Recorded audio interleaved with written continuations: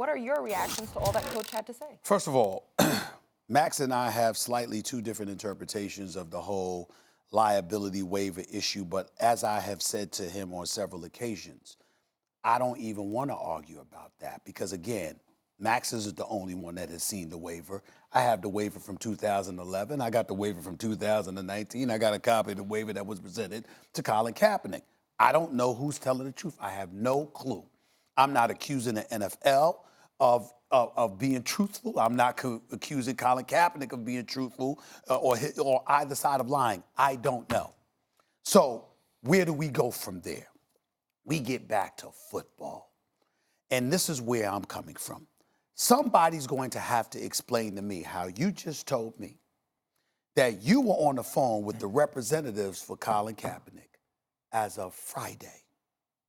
And yet somehow, some way, this high school that you went to an hour and 20 minutes away, 51 miles away, was just impromptu. I don't know if you know anything about public high schools, Ms. Stanford grad. I don't know if you know anything about it, Mr. Columbia, or whatever. But let me tell you something about a public high school, okay? You got to get permission to use those facilities. They don't just come overnight. You know anybody working on Saturday morning? I don't. I don't know a superintendent or a principal or somebody that has access and has dominion over those facilities that you could call on a Saturday morning to say, I want to use your field, which means that ultimately at the time that you were talking to the rep who was giving you every indication that you needed to be in Flowery Branch because we're coming, okay, that an alternative plan was being put in play. And why? We see the Colin Kaepernick jerseys out there. So those people just showed up all wearing that jersey? No organization whatsoever, huh? I'm with Cap. That's just an accident. Or the others with T-shirts that said, I know my rights. That was an accident. That wasn't planned. That wasn't orchestrated. Let's understand something here. At the end of the day, Colin Kaepernick may indeed want to play football. And I understand people took issue with my point. He don't want to play. It's a martyr. He wants to be a martyr. I meant the martyr part, but I wasn't literal about saying he didn't want to play. What I was trying to state was this. You have a history with the National Football League, a history that obviously is not fair. They have blackballed him. He has been mistreated.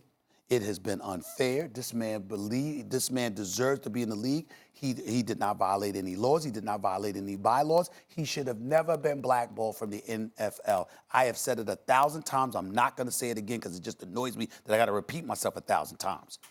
But it happened. And because it happened in the aftermath, Raj, you weren't here. You weren't here, Coach. Max was.